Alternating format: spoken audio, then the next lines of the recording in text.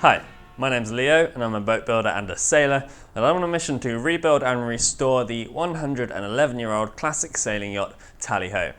Now we've got a lot going on at the moment. In fact, we've got so many different things going on that I'm kind of splitting up the activity from this last couple of weeks into two videos. So personally, I've been doing a lot of work on designing and laying out the deck planking and the coverboards and so on. I'm not going to talk about that in this video. It's going to be in a separate video, which is going to be more technical, and that'll be out next week sometime. But in this video, I'm going to be showing all the stuff the other guys have been doing, and that includes pitching the bilge, pouring cement, mocking up the Bulwark Staunchions and the Bulwarks with battens, various other things, transom cleats, a bit of paying of seams. But right now, we're going to look at pitching the bilge. So the guys are going to be pouring hot pitch. Pitch is a sort of tarry substance, very traditional, been used for sealing boats and roofs for many centuries. You heat it up and then you can pour it and it'll go down into all sorts of little cracks and crevices. It's quite interesting because at room temperature, it seems like it's a solid. It goes into this very hard tar, but it is actually technically still a liquid, and it'll actually flow, although it flows so slowly that you can never see it flowing.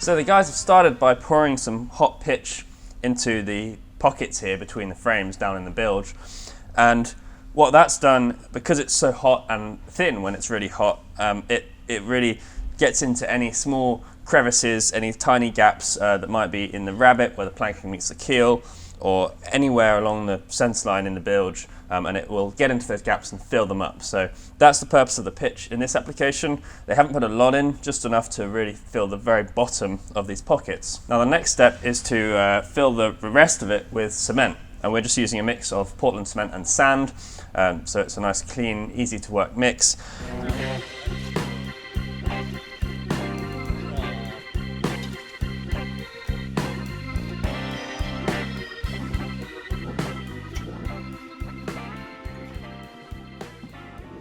Now the reason we're using cement rather than pitch is just that pitch is very messy. It's really quite difficult to pour in these sorts of quantities, and it's actually always a liquid. It never really completely sets, so over a long time the pitch will actually settle, and so you can't really sculpt it in the same way that you can sculpt cement to really help the flow of water downhill into the center of the boat. Also, pitch is really difficult to remove. It's really sticky, and if you ever need to get in there and dig out down through that pitch, it's really difficult. Cement, on the other hand, although it seems like it would be really hard to remove, it actually often comes out very cleanly, and you can see when I took the cement out of the bilge of this boat originally, it actually came out pretty easily and very cleanly.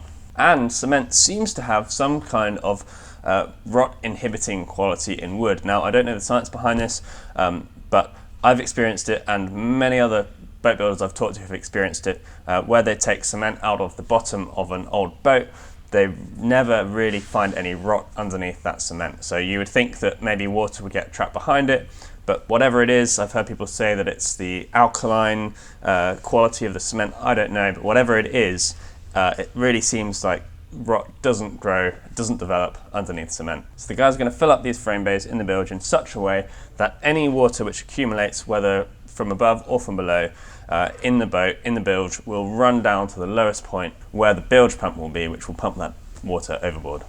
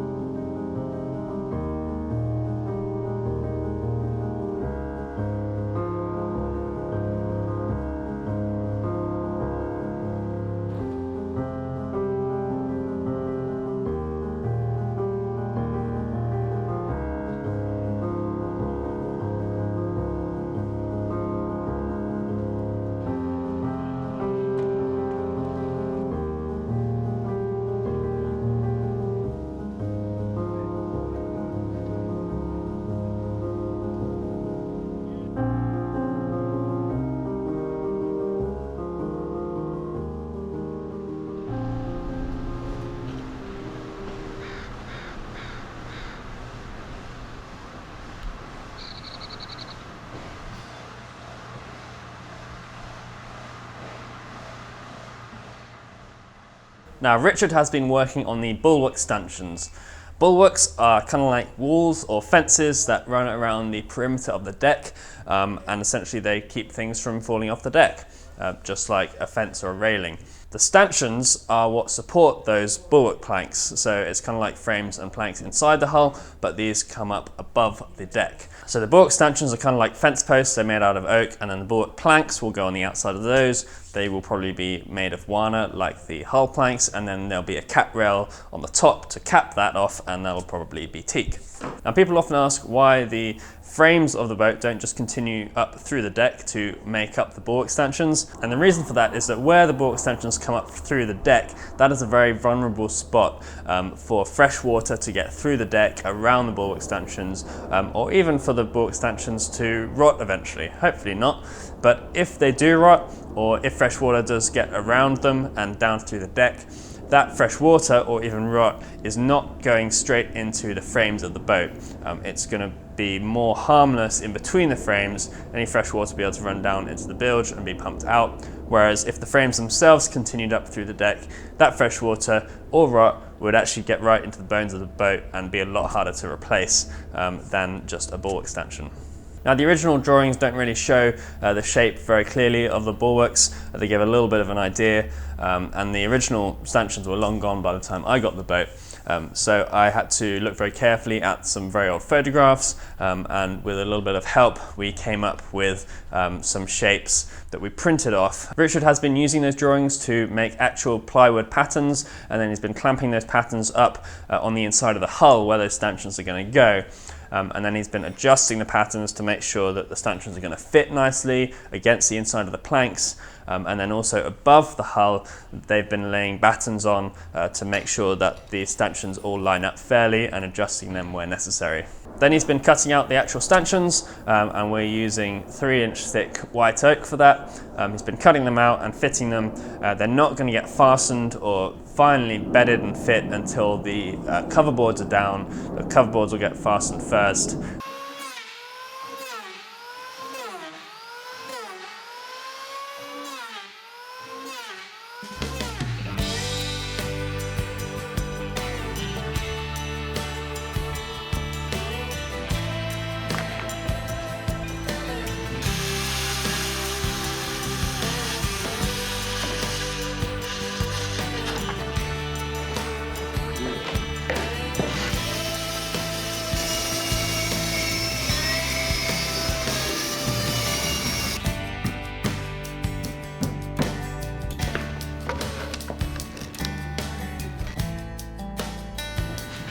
Voila!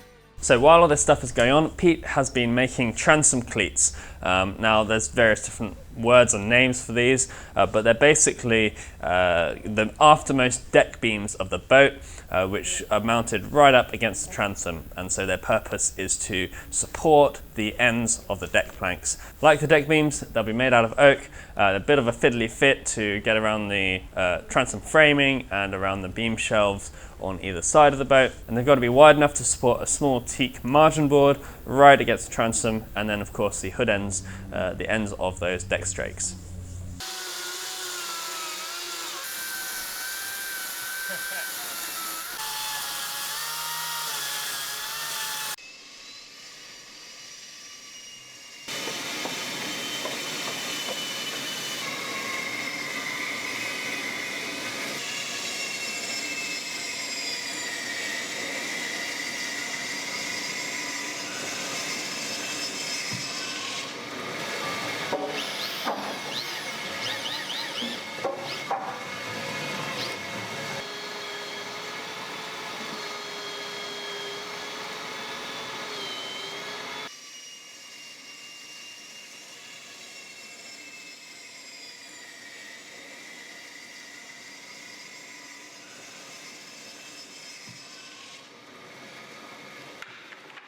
So I just finished making these transom cleats, rim logs, aftermost deck beam here. It's fastened to our transom right here in the transom framing, and I've got it fastened a whole bunch from the outside there. They're tricky little pieces to make. They've got a big steep angle on the back because of the rake of the transom. Got camber and a little bit of shear to them, a little angle on the top, and they're notched around the beam shelves, which aren't flat, aren't square, aren't anything. Anyway, and then in addition to that, I've fared down the stern post here. We had left it proud, and so that's all end grain Purple Heart. That was a pain in the ass to fare. Mostly used the turbo plane on the grinder and power planer once I got low enough there. Jam that all together, make it coherent. Well, during this last period, I've been doing a bunch of random stuff.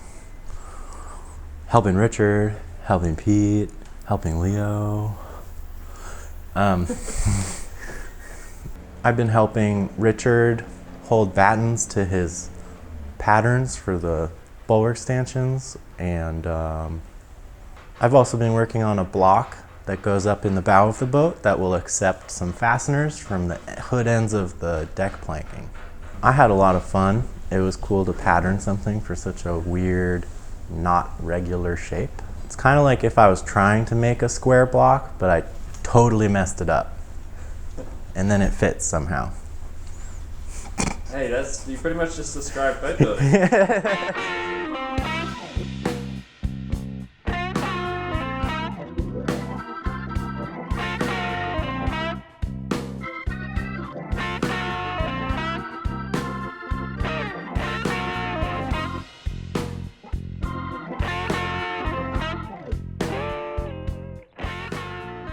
Okay, so that's about it for now. I know this video is shorter than my normal videos, but the work I've been doing on the deck has been quite technical, and I'd like to dedicate a whole video to explain that properly.